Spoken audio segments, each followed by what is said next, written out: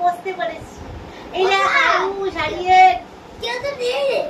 আরে এই তো বসে আছে আয়ুষ আরিয়ান, দেখতে পাচ্ছিস না? তুমি কি পাগল হয়ে গেছো?